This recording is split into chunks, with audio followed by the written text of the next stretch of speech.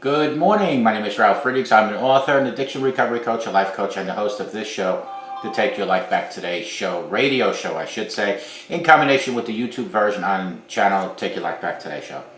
Americans more likely to die from opiate overdose than any car accident here in the United States. For the first time record, Americans are more likely to die of an accidental opiate overdose than in a motor vehicle crash, according to a new report from the National Safety Council.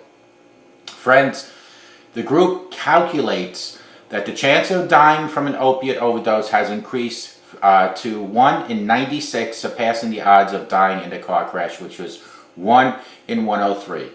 It's also greater than the odds of dying from a fall, a gun assault, a car accident, a pedestrian accident, or drowning. The opiate crisis remains an abstract issue for many people. They still believe it will not happen to them, or it isn't a risk facing them and their family. Maureen Vogel, spokesman for the National Safety Council, told CBS News, "These numbers show that the gravity of the problem our country is facing each and every day. We need to reprioritize and regroup because all these deaths are preventable." Each day, more than 130 Americans die after overdosing on opiates, according to the National Institute on Drug Abuse. Last week, the Centers for Disease Control and Prevention released a report finding the number of drug overdose deaths among middle-aged women skyrocketed between 1999 and 2017, with opiates, including fentanyl and heroin, being main drivers. Deaths from prescription and illicit opiates in children and teens also tripled over the same period of time, according to the recent study published in JAMA Network Open. Data reported last year showed drug overdoses killed more Americans in 2016 than the Vietnam War, with 3/4 of those deaths caused by opiates. The National Safety Council recommends a number of steps for tackling the problem of opiate misuse, increasing the access to addiction treatment, making naloxone, also known as Narcan, a drug that can reverse an opiate overdose, more readily available, and increasing training in pain management for opiate prescribers.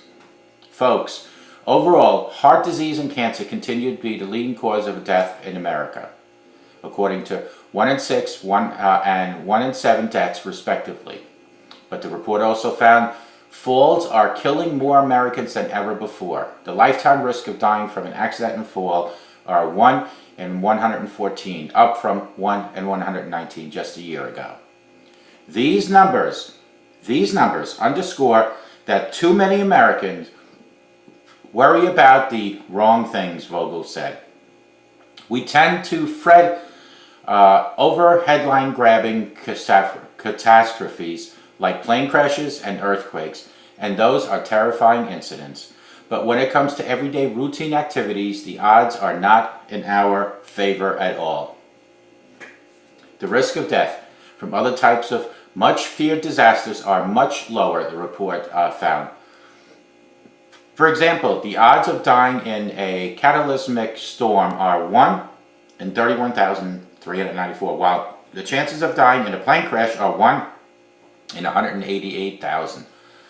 The report notes that the odds calculated are statistical averages over the whole U.S. population and do not necessarily reflect the chances of death for a particular person.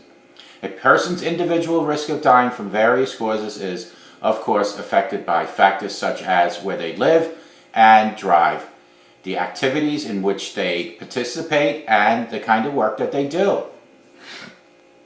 Folks, Americans are dying rapidly because of opiate overdose. We need to do something about it. Call me, 844-405-HELP.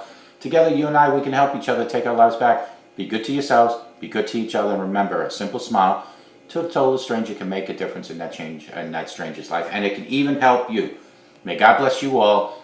Take good care, and remember, drugs kill. Drugs kill.